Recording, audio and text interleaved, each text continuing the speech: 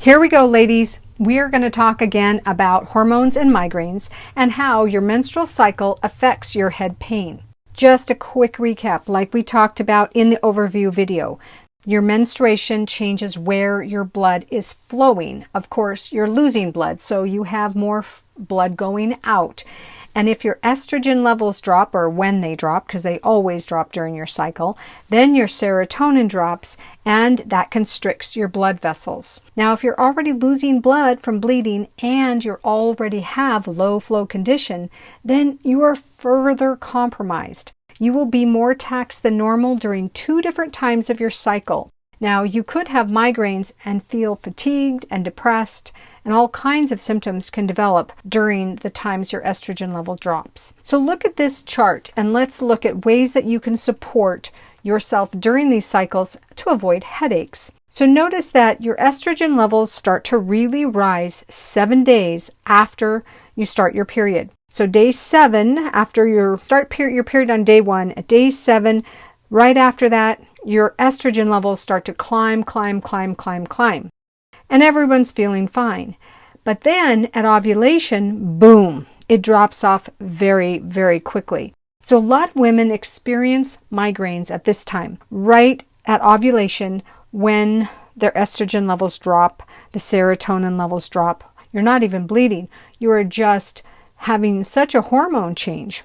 This can affect your mood significantly, and it can make some people feel down if they're susceptible to these hormone fluctuations. And then your estrogen starts to climb again and peak at about day 21, 22 of your cycle, and then it starts to decrease, and it decreases and decreases until right before you start to bleed again. Now, during those decreases, the last 3 days before your period begins, you're low on estrogen, and that can make you not feel very good. So what do we do about it? What you can do is, number 1, track the time of month. Start, tracking on calendar. Here's when I started my period, so that you notice when are you going to have those drops in estrogen. If you can track your cycle, then you'll know when you need to mitigate and when you need to increase your self-care. Then you make a plan. So 3 days prior to your onset of your period and during your ovulation, you make a plan for self-care. And then you track your progress to note what's working for you, okay? Did you try something and it worked, or you tried something and it didn't work? Well, we're going to keep track of that because we want to do the things that are working, right?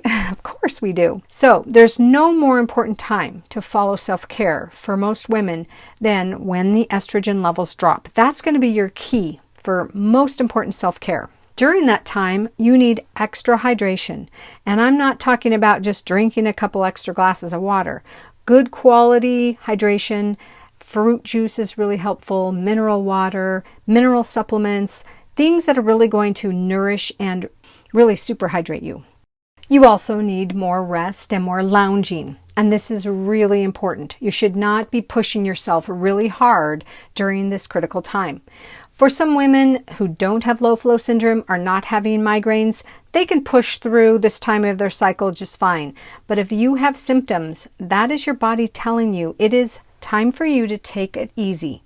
Take it easy on yourself. Do a lot of self-care. Take some downtime. Oh yeah, girl, that's right. You deserve it, and your body is asking for it.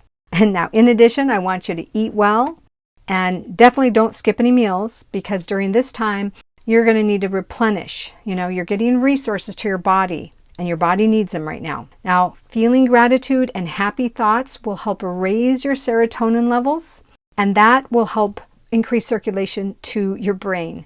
Now, feeling down is often due to low serotonin levels. And you think, oh man, I can't do anything about that. And that is not true.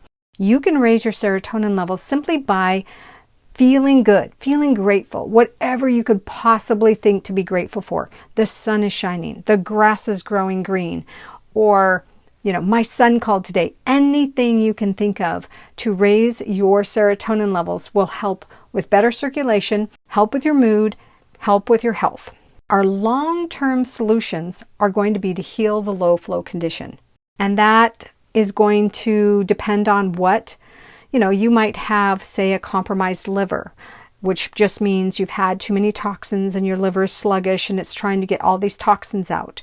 Or you could have your blood vessels could be compromised because of NSAIDs that have done damage to the walls of your arteries. It could be that you've had too much stress in your life and you have had a very high point of the nervous system being at a high rate of being taxed. That's another thing. Your overall health could be compromised for numerous reasons. So we're going to take you through, just like this course is doing and this protocol is doing. You need protocol number 1 if you're having issues during your cycle.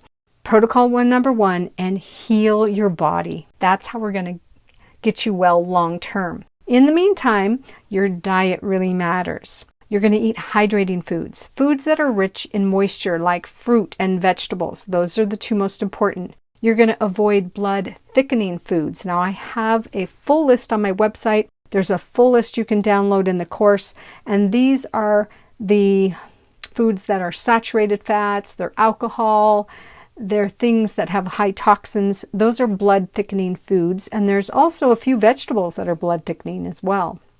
Warm teas and warm soups support the body and help regulate blood flow in a good way. Now there's some herbs that can support you through this time of the month, different times of the month, and you can talk to your health professional about which herbs might help you the most.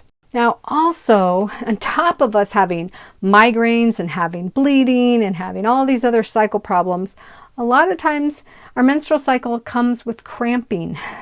And, that we're tempted to just go reach for an NSAID. And trust me, those anti-inflammatories are not our friend. And I used to do this. I used to get really bad cramps when I was in my 30s, and I would just reach for Advil and just take it like no problem every time I had cramps.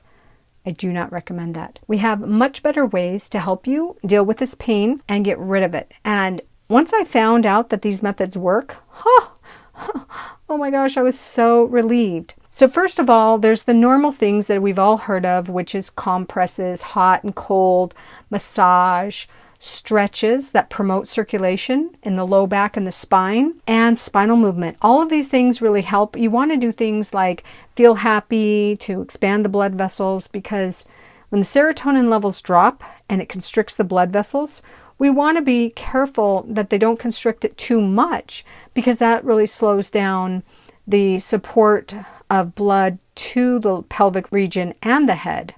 So one of the most effective things I have found is actually these pressure points in this slide. I could not believe how these helped me, especially the ones around the pubic bone. There are these certain points, you just hold them, and it's easy to find them because they're generally very painful. They're right on the crease in, coming up from your thighs, your legs, as your legs attached to your torso. Right in that crease on both sides of the pubic bone, there are these very tender spots. And if you just hold those and rub those for a couple of minutes, generally that will alleviate cramping in your back and menstrual cramps for the rest of the day, or even just sometimes a couple of hours. And if it only alleviates it for a couple of hours, all you have to do is hold those spots again and just kind of rub the tender spots. Now, all of these are recommended, these pressure points. I found the ones right around the pubic bone to be the most effective, and I mean within minutes alleviating cramping. And that will save you from having to use pain medication that's not good for your blood vessels and your liver. Now we have another thing that us ladies get to experience, and of course that's menopause. And menopause can really affect migraines. That's because during menopause, previous to menopause and during menopause, we are losing, our estrogen is decreasing and decreasing and decreasing. And so we're feeling all the symptoms of the lower estrogen for a long period of time. And that can cause all kinds of symptoms. Trust me, many, many, many symptoms.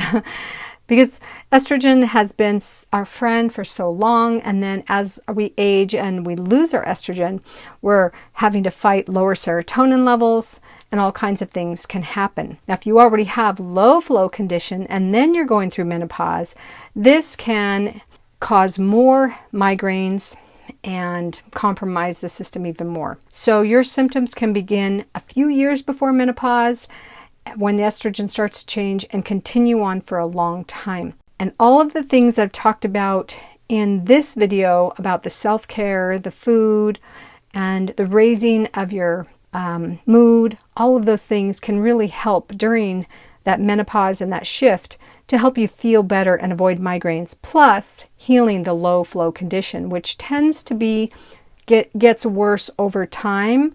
You know, low flow condition, you might have had a strong liver when you're young and strong blood vessels when you're young, but after years of toxins and NSAIDs and different things that happen to us, disease that affects our blood vessels, then we are more susceptible to low flow condition as we age.